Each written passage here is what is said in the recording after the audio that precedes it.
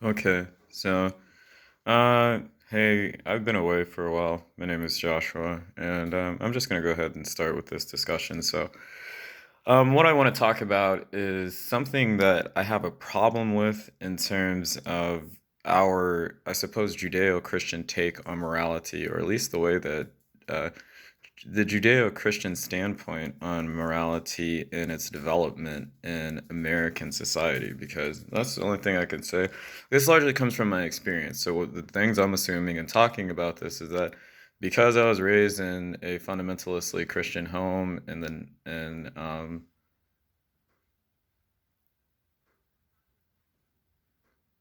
from the early 90s to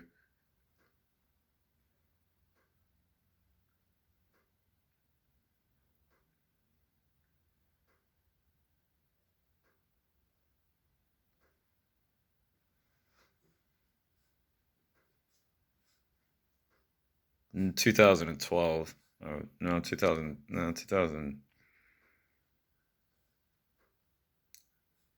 2000, shoot. I want to say, yeah, well, let's say 2012. So I lived in Houston.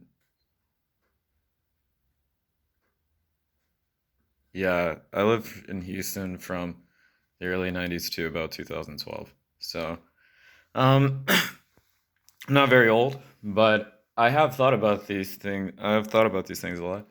Um, and because I have that background and there's that historical context that's a part of my development in the world and all other social political matters that are at the time, morality and the development of a moral self as an ethical agent takes on a certain characteristic. And so one of the things that happens with that's true about our culture, because we tend to, well, sorry, I'm gonna turn this off. Man. So, okay. Sorry, one of the things that's true about our culture, I don't know how much this is a part of how other cultures are raised, is that we teach our kids morality through song, dance, activity, story reading, and role playing. So our morality is not one that's discovered in the world by being and acting in the world entirely. Our morality as a culture in American culture is designed at bottom in terms of what goes into the world by a certain idealism that we have historically because it's been most culturally effective for what it is we value. And so don't ask me what Americans value. So, anyways, but I can just say for any people, because I also have this line of reasoning from reading like lots of world history, and so it's kind of why I can do this analysis in the first place. For any people, I think there is some set of values that rests at bottom in determining a perspective lens for what's effective or good. And so having said that, so that's the status of Western culture at the time, at least as I'm being raised in it. And in my own home, my grandmother is fundamentally Christian, um, super fundamentally Christian. Like she believes the Bible is literally true. Um, she has a lens on history that's different. Um, so I would say that my grandmother thinks this about the Old Testament. It's true, but how old it is, nobody really knows. So my grandmother doesn't get into the age of the earth sort of discussion, but what she thinks is there's a point where the earth was so old that what was common and normal to it evolved and changed over time to what it is now. So my grandmother is kind of like an evolutionary thinker, but it's like the world evolved to be less metaphysical and more material because that's a part of God's like turning of the little time signature of history, which I gotta give it to my grandma. Like that's that's an interesting way of seeing it. But yeah, but that's how she sees it. But I think okay, whatever. You can't. I no, so I have reasons for not like thinking that, but like I don't knock my grandma for that belief, but that's how she thinks of it. And because my grandmother is like this, she believes the Bible is literally true. So she so she has like a certain factual awareness to her, but she will just go with a certain take or perspective or lens on something because that's what the Bible says. And that's what's like most endemic or normal to like Christian culture. How much my grandmother like dips into broader Christian culture and her own personal belief is kind of like a 60-40. 40% of it comes from like this is the Christianese, and then 60% of it comes from this is what she reads and what she tends to study. And when she spends her like Sunday afternoons at home or whatever, these are the televangelists she's going to watch because my grandmother watches televangelism. Yeah, I mean, my grandmother watches like a lot of televangelism. And so, I mean, that's probably why I was very okay with listening to lectures or watching lectures on YouTube because it's not really new for me to sit down and listen to somebody talk about something that's not entertainment. Mm, it's definitely the case that sermons are they try to be entertaining, but sermons are not entertainment. They're there to perform some kind of function in human psychology that is not necessarily about entertaining it, but organizing it and bringing it towards some realization or taking on a perspective in or adoption of value, a set of values in the world. So that's not entertainment. Sorry. Like maybe people make things entertaining to serve that function, but entertainment, at least how I think of entertainment, is more like something that's just there to make you laugh. It's just there to rile your joy, is there to rile your spirits, to have some kind of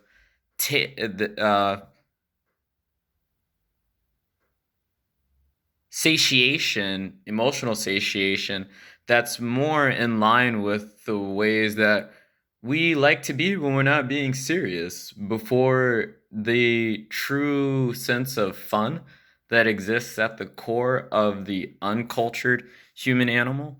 A lot of humor comes from that uncultured human animal commenting on what it means to exist in culture, what it means to be in culture, because we all go through this process of acculturation, but we all have different personalities, I guess, and opportunities. Some people, for some reason, we don't get completely culturized. So everybody is swimming in culture, but not everyone, or I would put it like this. So, because there is a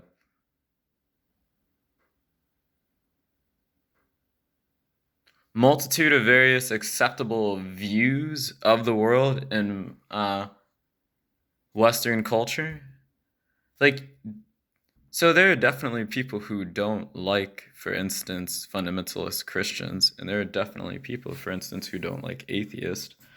But you cannot generally dislike a fundamentalist Christian or an atheist because they're a fundamentalist Christian or atheist.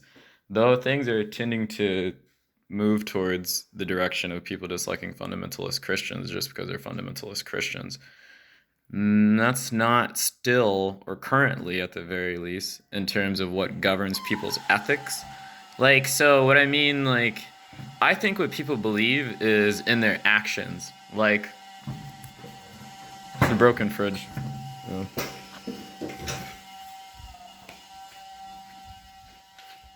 Yeah, I tend to think what people believe is in their actions. So collectively, and maybe an individual, though I think when you're dealing with an individual, less so because, um,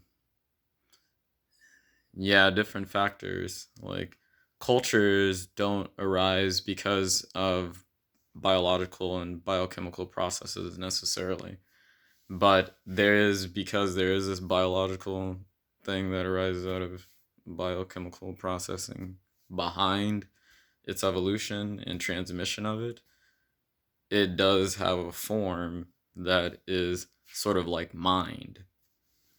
But culture is not mind like the brain is mind.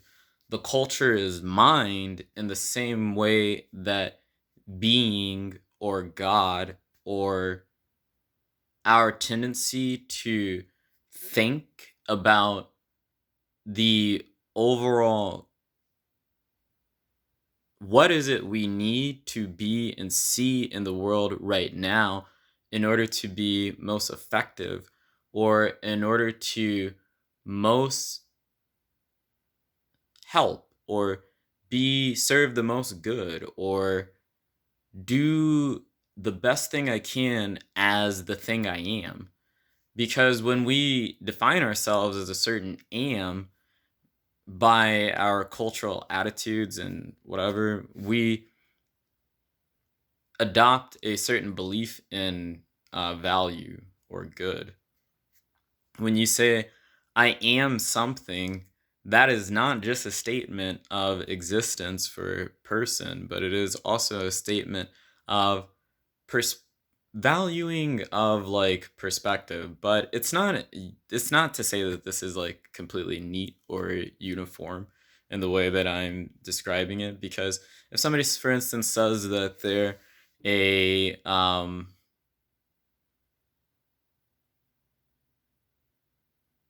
photographer, at the very least you can say that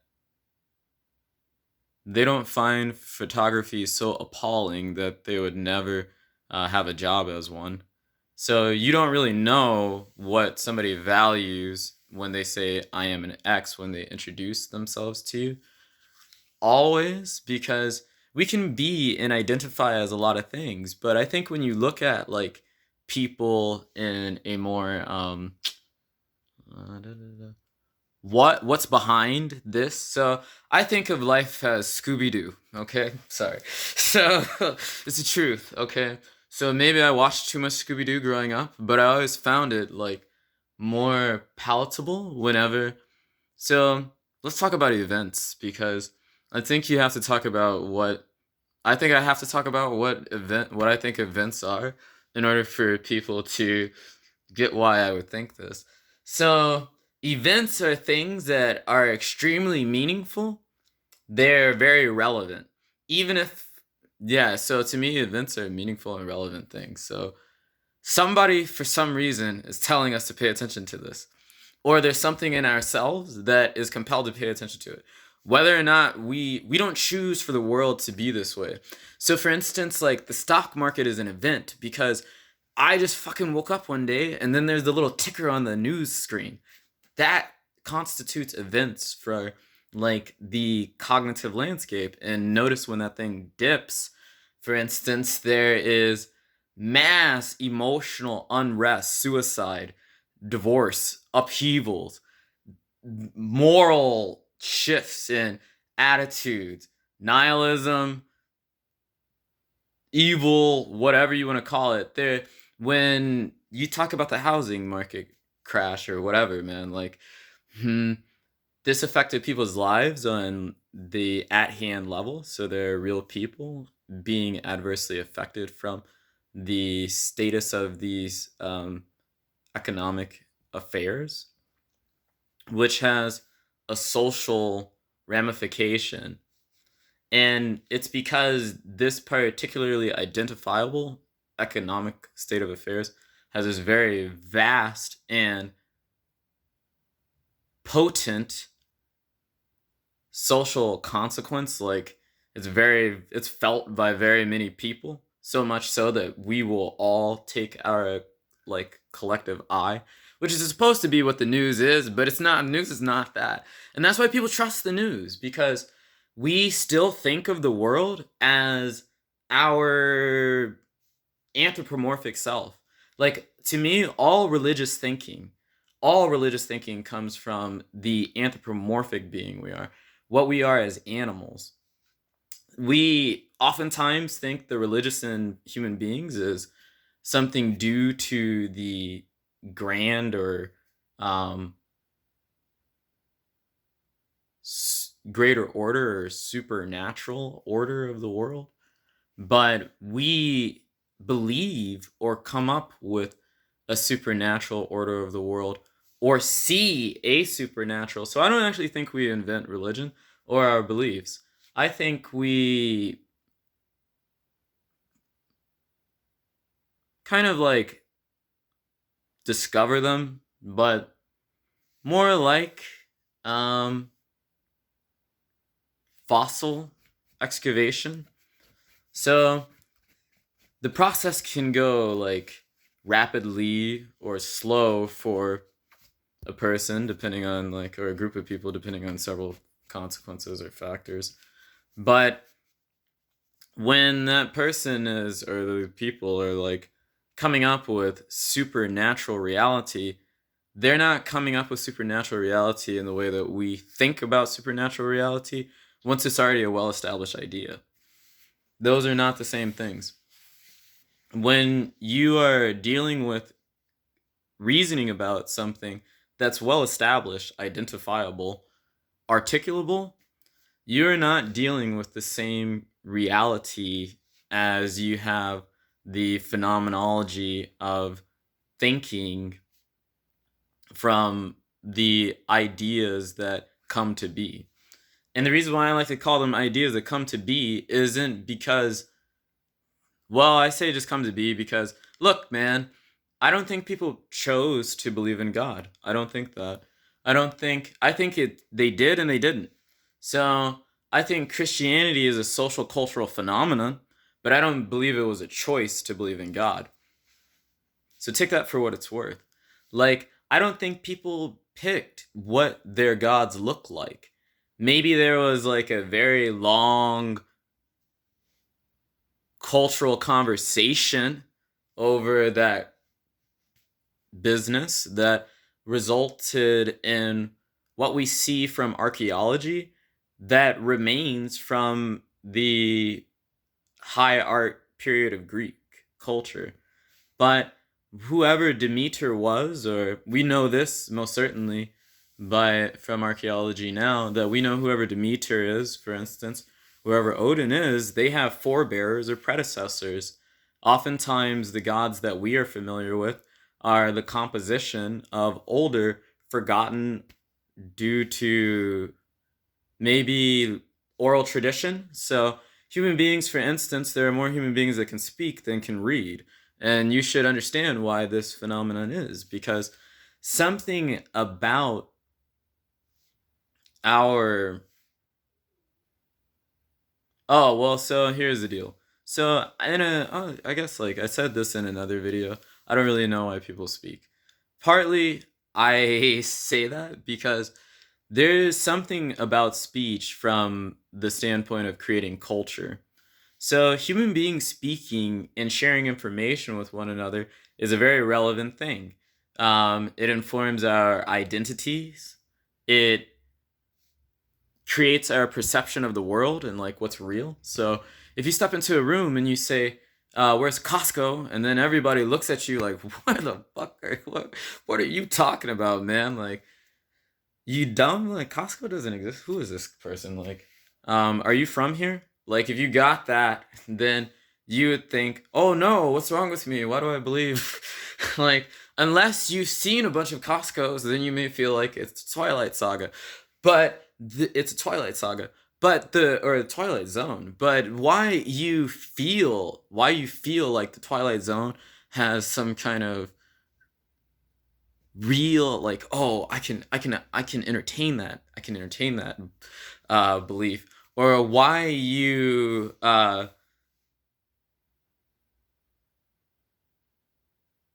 think when somebody says like they're best friends with somebody and you ask and you say, yeah, well, what's their favorite song, and they can't tell you, you think they're lying. Like the that's how our brain works.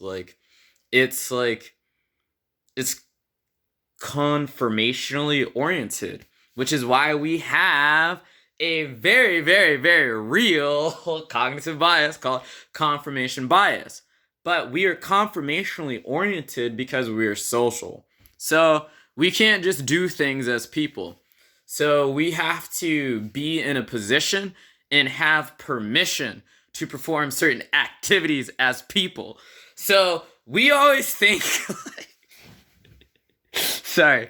Well, it's the truth. Like, we always think, and this is gonna be true in any fucking human society, anyone you see across history, it's gonna be there because, like, it's there. I've seen it. Like, well, I would say this. Like, look, another point. Like, okay, all right. I'm excited. Sorry. Okay, so what I would say is this: like, it's real. Like, it's very real. And watch how real it is when you try to violate it. So like um sit in your boss's chair and then call the board and do the dealings for how the next set of financial arrangements is going to go for your company and see how long you were there. Uh, like after doing so, you can get away. So here's two rules we have in America. You can get away with it if what you brought about was so exceptional that it benefited the shit out of people in a way they couldn't imagine. That's the truth. And so if you can perform miracles, see some Jesus there, then it's okay. But if you ain't Jesus, you need to stay in your lane. that but that's not just, it doesn't work like that just in America's society. Like it works like that in many different places of the world. But like what are the rules, or like what are the switches? Who knows? But it's organized. And because we organize ourselves in particular arrangements around certain set of ideas and practices, this is why we're confirming. Now, the mind has to be confirming because this is what the human animal does as a social being to create effective social spaces. Because I think what we most certainly are interested in doing is creating effective social spaces. I don't think we're actually interested in changing the fucking world as much as we say we are. Because look outside, look outside. The world is, we have an institution of people that can go someplace into the world and tell you how that tree there is like 200 million years old, okay? I know the trees haven't been, well, I don't, I think trees have only been around for 15 million years. But we have people that can do this. And we also have it the case that they're, I'm just going to put it like this: the world is clearly older than people. Like, it's clearly older than people. And it hasn't changed. And if you know a lot about the history of the world in terms of its appearance or the way it's constituted, it hasn't changed very much across a certain stretch of time. Though the world has changed very much across its overall evolution, for some reason, post the Cambrian expansion, things have teeter-tottered, but they haven't teeter-tottered in such a way that there haven't been substantive residue and remains of the state in the existence of the world at those times in our present experience of the world. At present, the world is still made up in very significant ways by phenomenons that happened at ancient times that can still be felt now. But there are many things across the existence of human history, for example, many species that have existed, we have no idea or any kind of ability to confirm, understand, intuit, or articulate or reason about their existence. We just know that category exists. And so that's the way that the world kind of is from a factual standpoint. Now look at activists and look at like all of the people that have been busying about in like civil religious tradition. And I think it makes sense to call all social activity civil religious tradition, because being social is a civil religious activity. It is because we're social that we have civility and religiosity. That's the way that I would put it. And I don't think that I'm unique in my view about this, but I would say that because it's like this factually, man, this is like, but this is, okay, so I would say that civil religious activity, like that's what we should think of all social activity. It's why there's party fouls. What the hell is a party foul? Like, what is it? It's stupid. Like, if you're asking, well, it seems stupid to somebody like me, but it's not stupid from this standpoint. Like, if you think about what human beings are doing. So, why do people show up to parties? I don't really know. But it's something about, parties are something about finding a space where we can let or unleash our shadows, is what I would like to call it, in the most like positive ways we can, man. Like, but positive ways meaning like the most people that can be involved and get involved in them. And I would say that, um, and then there are parties where there we have them to celebrate things. And so, why are people at parties? I don't know, a lot of reasons, but because parties like have this, I don't know. It's like a spectrum, man. Like that's why I don't think about things as like. Mm, it's why even though I'm very logical, I'm very intuitive, because almost everything I think about are not things that are like books or like cars or whatever. Though I'm very aware of the world of books and cars and like boats and things like that. And mm, parties, they exist. We know they're a real phenomenon, but they're not things like these other things.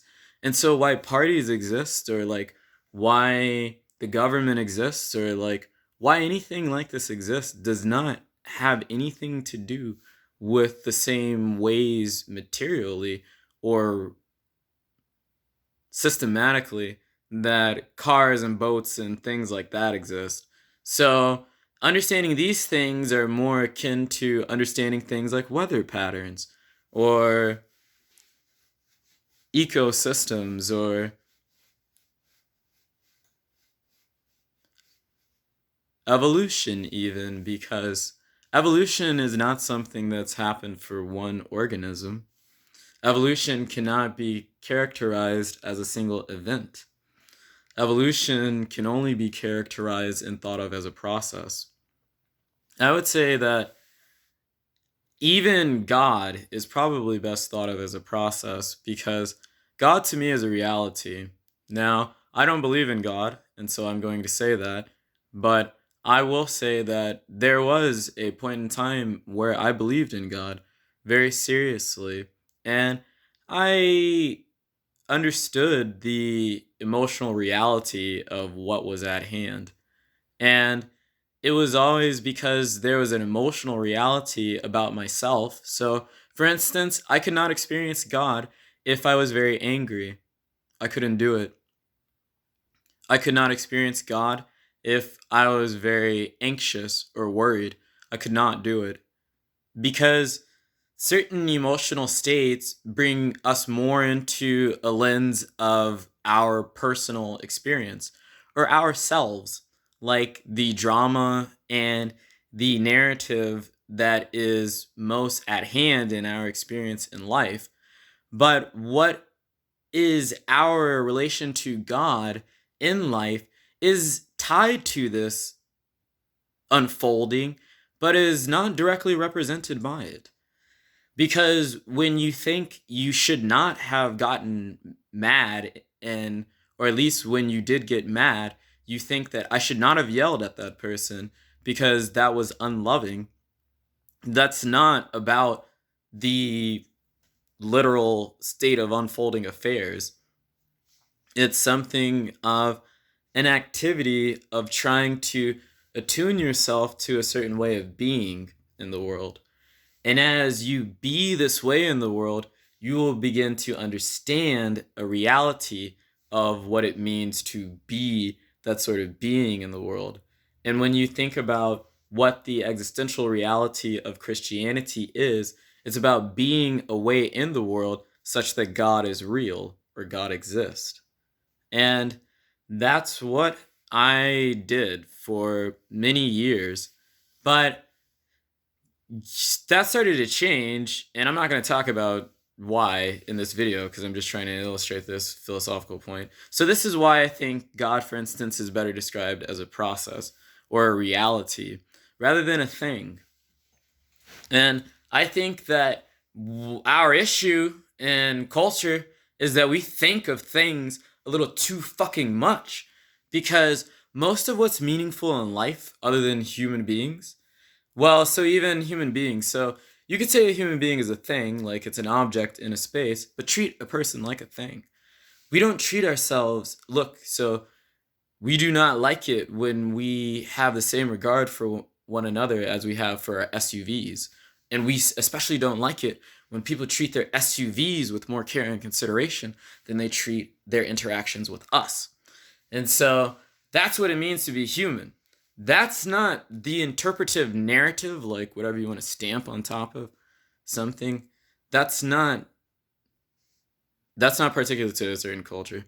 We all like to be a part of the group and validated to a certain degree in the group dynamic because we're social creatures. And so part of the reason, okay, so okay, so here's the deal. So here's what I think. Now I'm just gonna be real with you and have a conversation. Because here's what I think. Human beings, like, here's why we have problems in the world. Let's just break it down. Because we might as well. I'm talking about God and all these other things. I might as well talk about, like, why other things. So here's why we have problems in the world. Because human beings, we're a certain kind of animal. We're very frail. We have intelligent individuals, but we generally, as a species, are only as voracious as our collective capacities. Because I don't care how much IQ somebody has. Like, for instance, I have a very high IQ, but I also have a fucking well of knowledge at my fingertips in Western culture. I can study so many different books from so many different cultures. I mean, I have the Bhagavad Gita, for instance, like, and I'm not in India.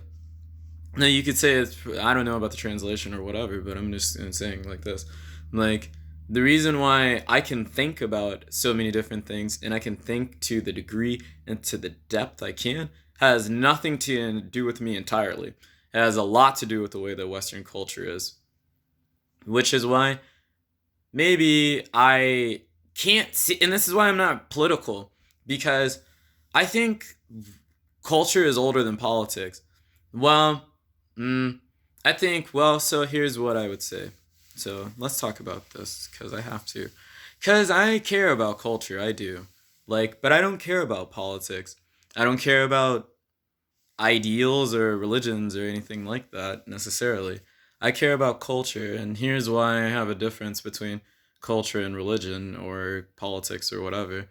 Because to me, if you're looking at anthropological history, once upon a time, human beings did not have civilizations. And how we got these things, civilizations and cities, is due to a certain process. Now, this process, in the turn of this process, or the unfolding of history, certain things happened. But certain things were true about human beings before the unfolding or the turning of this process is that human beings are social, we're religious animals, and we create material culture, and we have values, ethics, and norms. This is culture. This this way of being of the human animal, at least is the codex or the reason we have culture.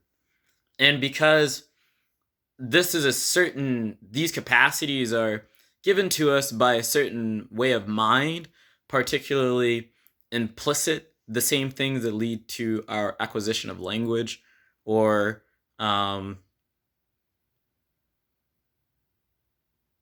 reasoning about abstractions, or which or manipulating instruments in a technical manner.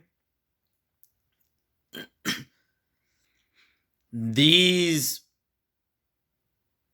this way of being leads to our minds being capable of seeing the world in such a way that these things are possible in our activity. Okay? Now, because that's the way I think things are, hopefully that didn't sound too convoluted, I think that culture precedes what we see now, because culture is something like a result of this way of being of the human animal. And cities and societies, towns, cathedrals, whatever else you want to call them, they're they're just this process. And it's kind of why Hegel wasn't completely loony, because if you're not thinking about things from like a materialistic standpoint, then it's sensical, because not everything in the world that's meaningful to people are made of material or is materialistic. And much of why the world looks the way that it does doesn't have anything to do with materialism. And the reason why materialism has come about has less to do with the material reality of the world and more of what motivates human beings as animals. And I would say, because this is the way we are, and this is what it means for us to be in the world as something that is subjected to um, a set of pressures that we're never ever completely able to control or manipulate, and set up in elaborate arrangements that force us to find and occupy some sort of niche within group dynamics. It's just the way that it is. Like, like that's the way that that's the way that that's the way that I would put it. Sorry. I know, like, I mean, like, so that's kind of how I think about it. I mean, like, I don't know, like, it's gonna get more sophisticated, but these things are new. But that's why it's the case that there's this reality that's immaterial. Now, what you want to talk about the immaterial reality, what you want to say about it that's true, or that where it exists or how it exists, all right, that's your game, man. I don't play that one. I don't know what's true, and I don't know what's real. I just pay attention. That's the way that I put it.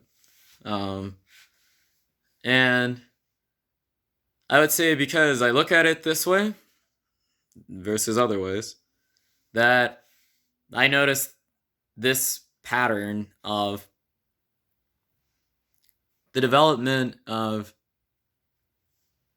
history as a process of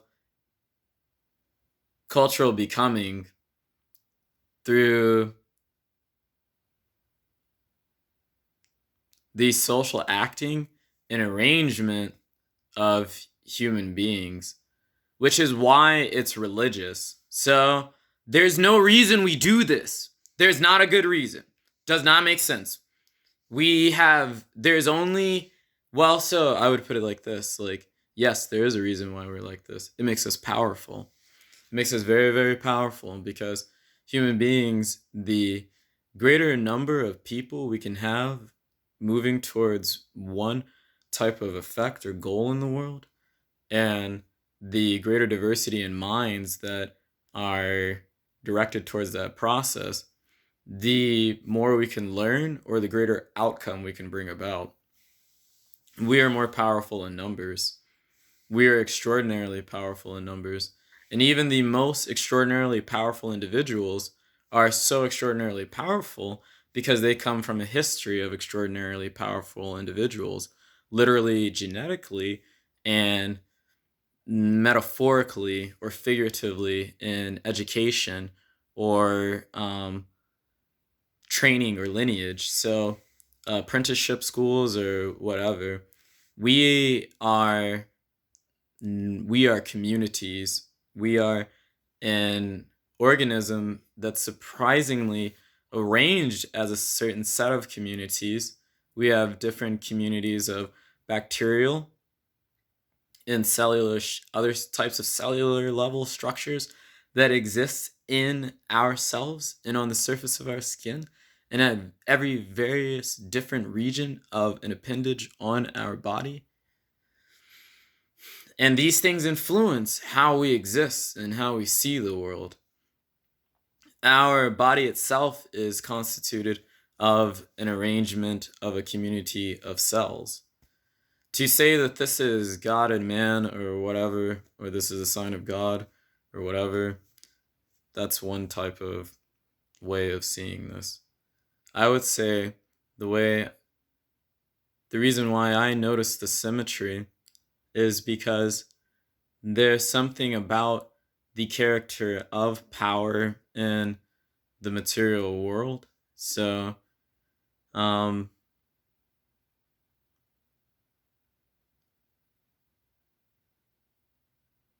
so, well, I'll leave that for another discussion, but because that also is true with regards to our religious being or our social religious observance and creation of culture.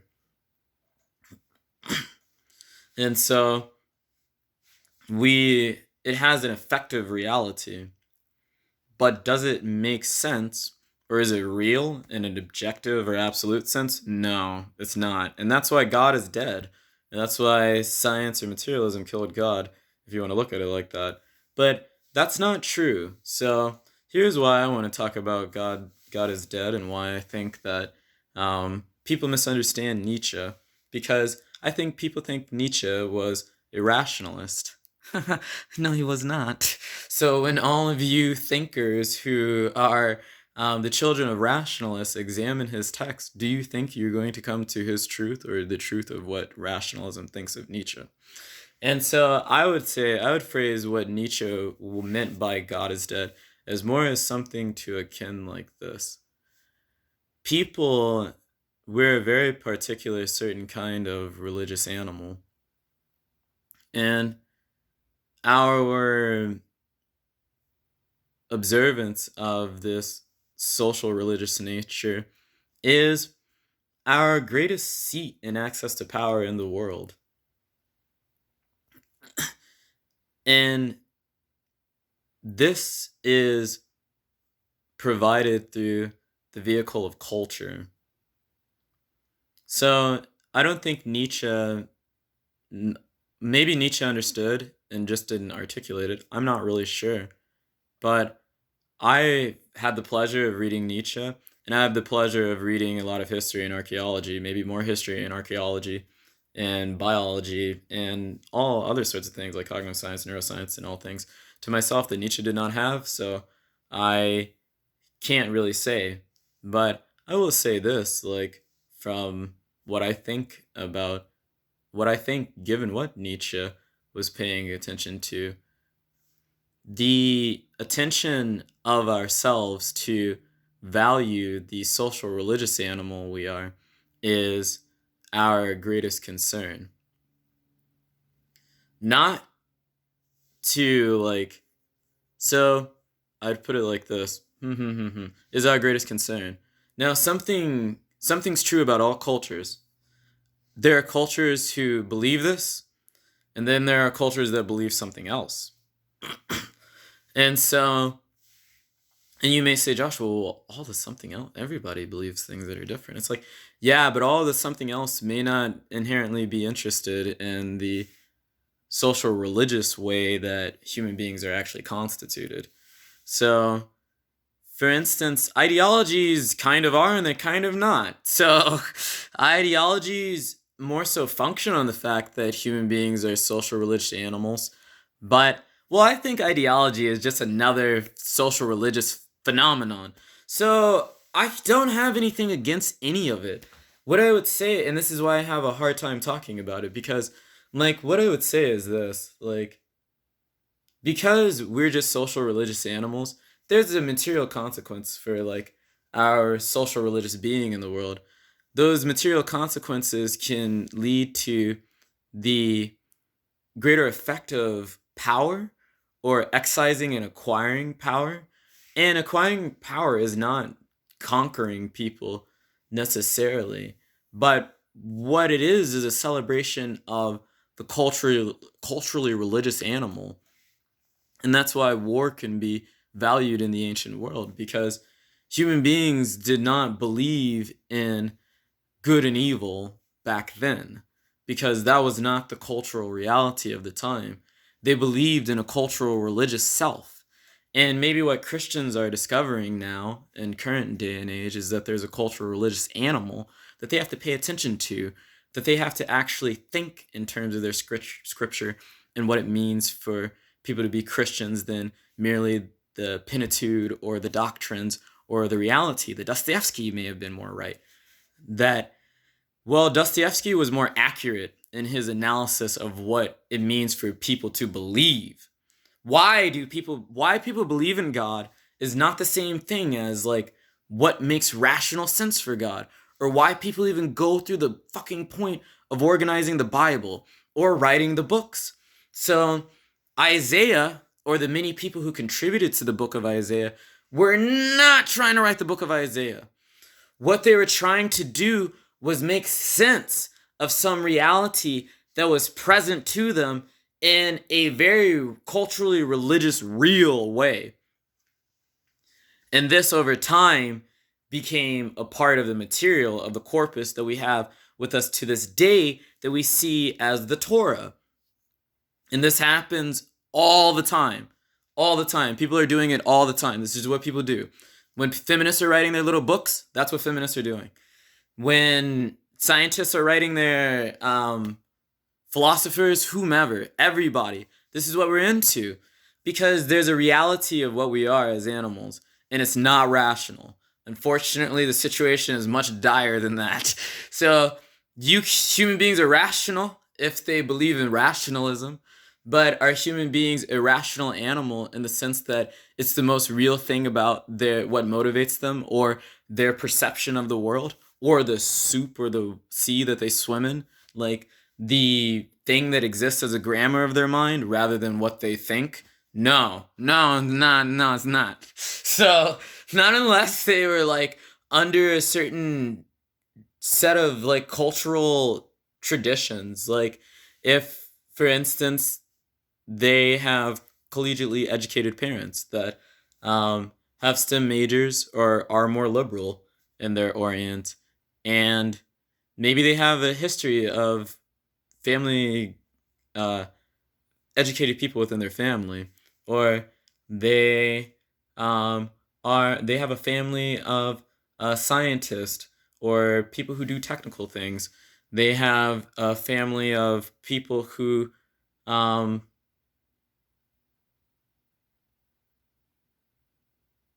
are into like social politics and things like that, because it's very much so a part of the Western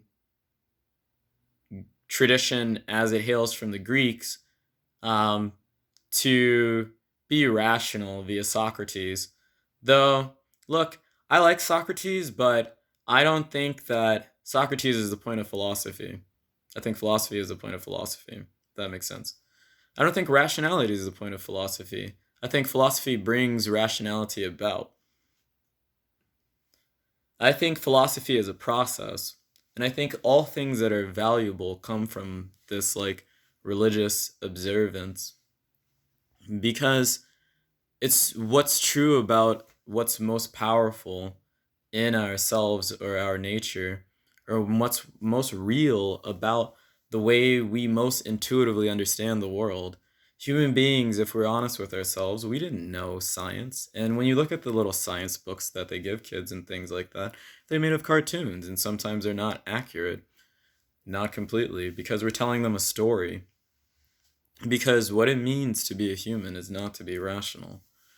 It means something very else. That's, to me, a valuable thing. I value people.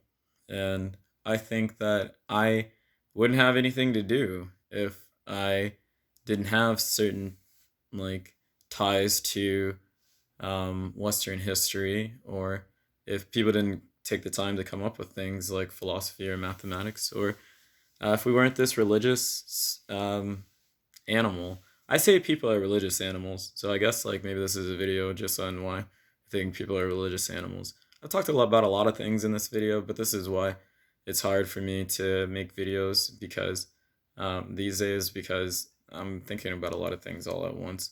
Um, but I don't know. This is a general picture, and I don't really want to carry the ideas forward from this point because I've talked about a lot of different things, and so I suppose I'll leave it here and see what people have to say in the comments and in terms of their discussions and decide where to take things from there. So that's my video. Thank you for watching.